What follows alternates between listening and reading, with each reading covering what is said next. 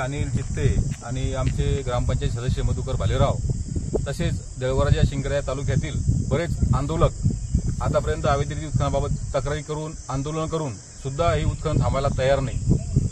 नेमकं महसूल विभाग करतोय काय हा सर्वसामान्यांना प्रश्न पडलेला आहे। या नदीकाठी जेवढे गावं आहेत त्या गावाच्या सरपंचांनी ग्रामस्थांनी वारंवार संबंधित विभागाला तक्रारी दिलेल्या आहेत आणि या गावातील जे रस्ते आहेत हे रस्ते पूर्ण खराब झालेले आहेत। या रस्त्यामुळे सर्वसामान्य नागरिक त्रस्त झालेला आहे आणि यांना न्याय मिळण्यासाठी हे रस्ते खराब होऊन राहिलेत।